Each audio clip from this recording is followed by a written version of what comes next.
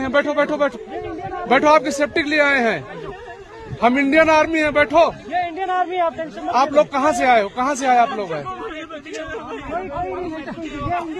आपके बच्चे कुछ नहीं करेंगे, थोड़ा बताइए। हुआ पति को आए हैं, बैठो बैठो बैठो बैठो, आपकी सेफ्टी के लिए आए हैं। हम इंडियन आर्मी हैं, बैठो। ये इंडियन आर्मी है, आप लोग कहाँ से आए हो? कहाँ से आए आप लोग हैं? आपके बच्चे कुछ नहीं करेंगे, थोड़ा बताइए। हुआ पति को मार दिया? नहीं नहीं बेटा, शांत रहो। लो पानी पियो, पानी पियो। कहाँ से आए लोग? हैदराबाद से। अरे साथ में आपके हैदराबाद के हैं। मैं हैदराबाद का हूँ। मंगलवार दोपहर करीब 2:45 पर पहलगाम की बैसारन घाटी गोलियों की आवाज से गूंज उठी।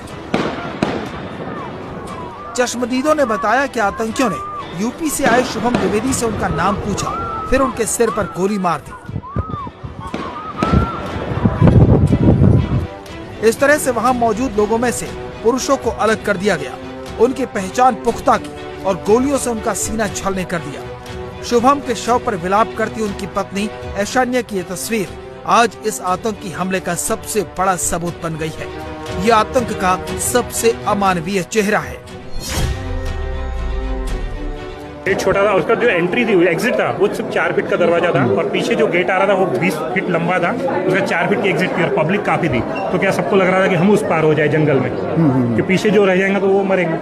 तो सब 4 फीट के दरवाजे से कूदने को देख रहे थे और फायरिंग की आवाज आप लोगों ने काफी देर चल रही थी। काफी देर तक बस लोगों ने आवाज दी है कि फायरिंग हो रही है और चलते जाइए। बस ऐसे दौड़ा, आगे आगे दौड़ते जा रहे थे हम लोग और पीछे से लोग आ रहे थे, हमको धक्के दे रहे थे, हम लोगों के पैरों में भी आ गए।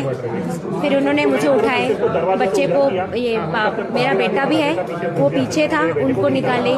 हम पीछे ध्यान ही नहीं दे रहे थे क्योंकि हमको आगे की सोचना था। कितने टूरिस्ट वहाँ पे थे? 4-5 हजार होंगे। 3 लोगों को रेस्क्यू किया है, तो हम 2:50 पर यही 2 फायर हो गए, 2:47 पर 2:50 से फायरिंग शुरू हो गई है। यही 7-10 मिनट तक फायरिंग रही है। फिर हम जब यहाँ से वहाँ उनके लोगों तक पहुँचे हैं तो हमने 3 लोगों को रेस्क्यू किया है। जैसे ही आतंकियों ने निहत्थे टूरिस्टों पर गोलियां बरसानी शुरू की तो सब इधर उधर भागने लगे। किसी को गोली सामने से मारी तो किसी को पीछे से। कोई किस्मत वाला रहा जो इन गोलियों के बौछारों के बीच से सुरक्षित लौट आया।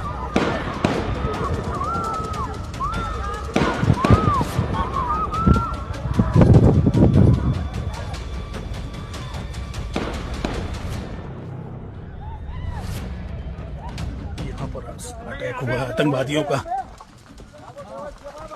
हम लोग बाल बाल बचे हैं। मगर परमात्मा रक्षा करेगा। बुजुर्गों का आशीर्वाद, भगवान की कृपा से जरूर बचेंगे हम। हमले की खबर मिलते ही आर्मी का मूवमेंट शुरू हो गया। सीएम उमर अब्दुल्ला सीधे पहलगाम के लिए रवाना हो गए।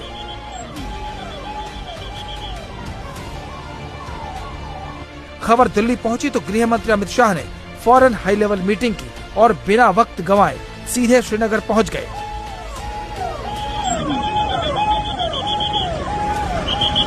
पीएम मोदी ने जिद्दा दौरे में कटौती कर दी। पीएम ने हमले पर प्रतिक्रिया व्यक्त करते हुए बता दिया कि भारत क्या करने वाला है। पीएम मोदी ने सोशल मीडिया पोस्ट में लिखा, मैं जम्मू कश्मीर के पहलगाम में हुए आतंकी हमले की कड़ी निंदा करता हूं। जिन लोगों ने अपने प्रियजनों को खो दिया है उनके प्रति मेरी संवेदनाएं हैं। मैं प्रार्थना करता हूं कि घायल लोग जल्द से जल्द स्वस्थ हो जाएं। प्रभावित लोगों को हर संभव सहायता प्रदान की जा रही है। इस जघन्य कृत्य के पीछे जो लोग हैं उन्हें न्याय के कटघरे में लाया जाएगा, उन्हें बख्शा नहीं जाएगा। उनका नापाक एजेंडा कभी सफल नहीं होगा। आतंकवाद से लड़ने का हमारा संकल्प अडिग है और ये और भी मजबूत होगा।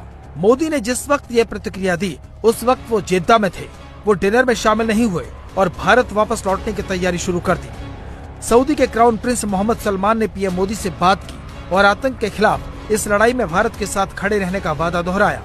खबर अमेरिका पहुंची तो राष्ट्रपति डोनाल्ड ट्रंप ने पीएम मोदी से फोन पर बात की। उससे पहले ट्रंप ने सोशल मीडिया पर लिखा, कश्मीर से बहुत परेशान करने वाली खबर आई है। आतंकवाद के खिलाफ भारत के साथ अमेरिका मजबूती से खड़ा है। हम मारे गए लोगों की आत्मा की शांति और घायलों के स्वस्थ होने की प्रार्थना करते हैं। हमले के वक्त अमेरिका के उपराष्ट्रपति जेडी वेंस जयपुर में एक कार्यक्रम में शिरकत कर रहे थे। उन्होंने फौरन प्रतिक्रिया देते हुए लिखा, उषा और मैं भारत के पहलगाम में हुए विनाशकारी आतंकवादी हमले के पीड़ितों के प्रति अपनी संवेदना व्यक्त करते हैं। पिछले कुछ दिनों में हम इस देश और इसके लोगों की खूबसूरती से अभिभूत हो गए हैं। इस भयानक हमले में हमारे विचार और प्रार्थनाएं उनके साथ है। इस आतंकी हमले का बदला लेने की तैयारी शुरू हो चुकी है। ऑपरेशन से पहले पूरी पड़ताल जारी है। हमलावरों को खोजने के लिए भारतीय सेना के वेक्टर फोर्स के साथ साथ स्पेशल फोर्स, एसओजी, सीआरपीएफ और जम्मू कश्मीर पुलिस ऑपरेशन चला रही है। आतंकी हमले की जिम्मेदारी लश्कर के मुखौटा संगठन टीआरएफ ने ली है। इंटेलिजेंस सूत्रों के मुताबिक हमले के लिए 4 आतंकी जिम्मेदार हैं। हमलावरों में 2 पाकिस्तानी और 2 कश्मीरी आतंकी शामिल हैं। आतंकियों ने हमले के दौरान सिर पर कैमरे लगा रखे थे। जवाबी एक्शन की तैयारी शुरू हो चुकी है। इतना तय है कि हमलावरों और उनके आकाओं को इसका अंजाम भुगतना पड़ेगा।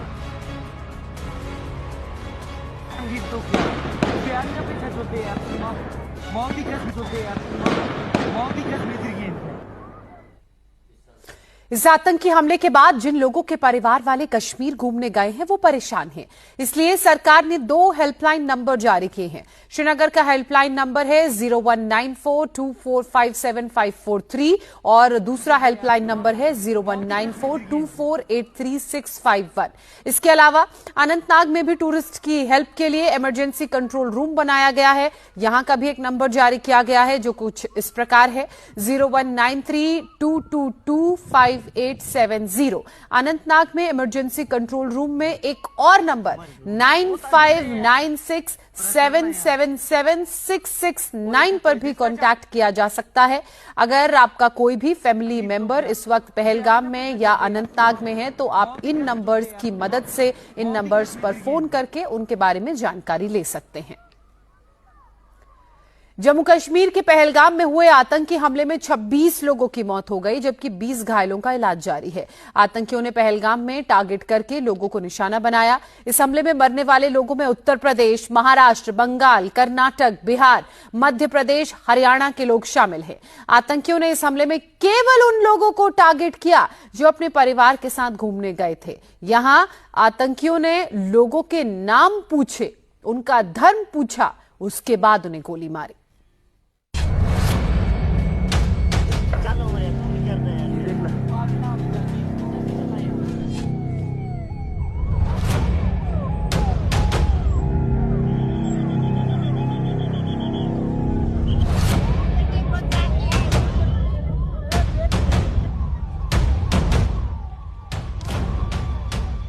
जम्मू कश्मीर में एक बार फिर आतंकियों ने अपनी नापाक हरकतों को अंजाम दिया है। आतंकियों ने पहलगाम में निहत थे बेगुनाहों को गोलियों से भून दिया। आतंकियों ने टारगेट करके लोगों को निशाना बनाया। इस हमले में 2 दर्जन से ज्यादा लोगों की मौत हो गई। वहीं कई लोग अभी भी जिंदगी और मौत के बीच जूझ रहे हैं। बताइए हुआ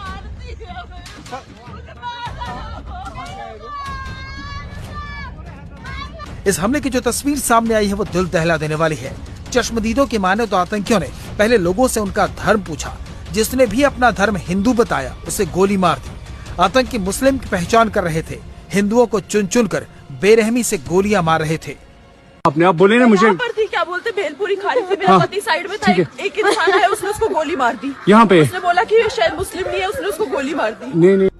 इस हमले में कानपुर के रहने वाले शुभम द्विवेदी की आतंकियों ने गोली मारकर हत्या कर दी। शुभम की 2 महीने पहले शादी हुई थी। वो पत्नी और परिवार के 11 सदस्यों के साथ कश्मीर घूमने गए थे। ये तस्वीर कश्मीर की है जिसमें पूरे परिवार के साथ शुभम दिख रहा है। परिवार वालों का कहना है कि शुभम और उसकी पत्नी ऐशान्या घुड़सवारी कर रहे थे, तभी आतंकियों ने हमला कर दिया। आतंकियों ने पहले शुभम का नाम पूछा, फिर उसके सिर में गोली मार दी। शुभम को आज कानपुर लौटना था, लेकिन अब शुभम नहीं, उसका पार्थिव शरीर लौटेगा। 17 तारीख को यहाँ से गए थे। करीबन 11 लोगों का एक ग्रुप था जो कश्मीर भ्रमण करने गए थे। तो वहाँ पर अलग अलग जगहें, सोनमर्ग और गुलमर्ग वगैरह, यहाँ सब घूमने गए थे। आज ये पहलगाम में थे। तो वहाँ पर शुभम भैया, उनकी अभी 12 फरवरी को ही शादी हुई है। तो वो और उनकी वाइफ घुड़सवारी करते हुए गए हुए थे ऊपर। वहाँ पर जानकारी हम लोग को ऐसे हुई कि भाभी ने फ़ोन किया नीचे ताऊ जी को कि शुभम भैया को गोली मार दी है सर पर। ऐसा बताया जा रहा है कि नाम पूछने के बाद गोलीबारी वहाँ पर शुरू करी है और सर पे गोली मारी गई है।